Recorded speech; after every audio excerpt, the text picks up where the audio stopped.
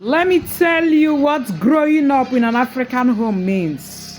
Before you go to school, what your money look like, your money duties.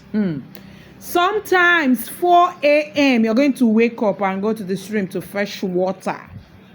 4 a.m. in the morning, you trek like 1 hour going, 1 hour coming back to fetch just a bucket of water.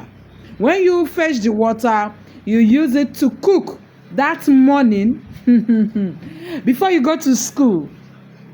Use it to cook, use it to bathe. Sometimes you even go 2 times. I can remember my uncle waking us around 1 a.m. because he doesn't want people distraction when people are plenty in the stream. So he wants us to go very early. So we would say, brother, when you're going, you wake us up. Oh, he will wake us up around 1 a.m. The children of nowadays are snoring. Some of them are in the house pressing phone. This our uncle will now wake us up 1 a.m. in the midnight. We'll go to the stream. Before 4 a.m., we'll fetch like 2 buckets of water. I'll come and sleep. Now sleep till maybe around to 6. We'll now wake up in order to prepare for school. And some of us still know what we are doing. Yes, we know what we are doing. Like me, mine is second position, third position, first position.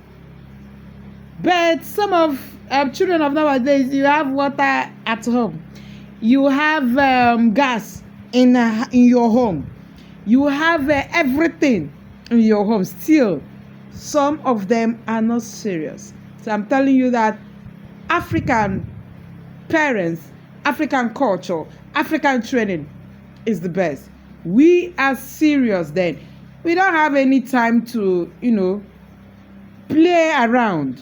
Yes, there is time to play, there is time to walk, and there is time to read too.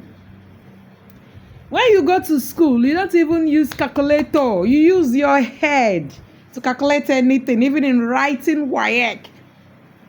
We didn't use calculator. Then they later allowed people to use calculator, but not everybody owned a calculator. But we did well than what we have today. Sometimes you go to the market, you not go to school. Yes, if it's the day that your mother wants you to go to market, join her going to market to sell some things, you go to market instead of going to school, but we still measure up. What kind of school is that?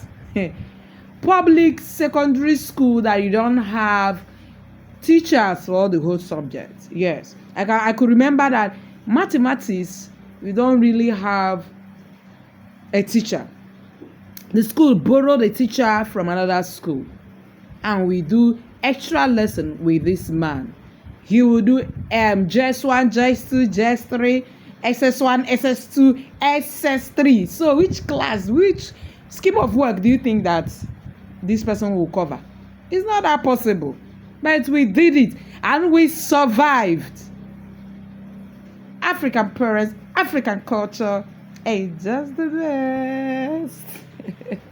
Yes, we are here to tell you stories. We are here to tell you what happened. It's just the plain truth, just the way we are trained, and I value it. I value the way we are trained than what we have today. What some parents are doing today. We underwent those training, but some of them will say, I don't want my children to suffer. I don't want my children to suffer. Your own suffer made you to be smart. Your own suffer made you to know, reason well, be useful to the society. But those ones that you don't want them to suffer, some of them might not even be useful to themselves. Today you have washing machine, you have gas cooker. They don't go to cook with firewood. They don't wash with their hands. Wow, what a generation. Join us in telling our stories about African parents. But I love African parents. You can't compare African parents to any other parents in the whole wide world. Or do you think your own is relatable? Do you think your own is like that of Africa? Tell us.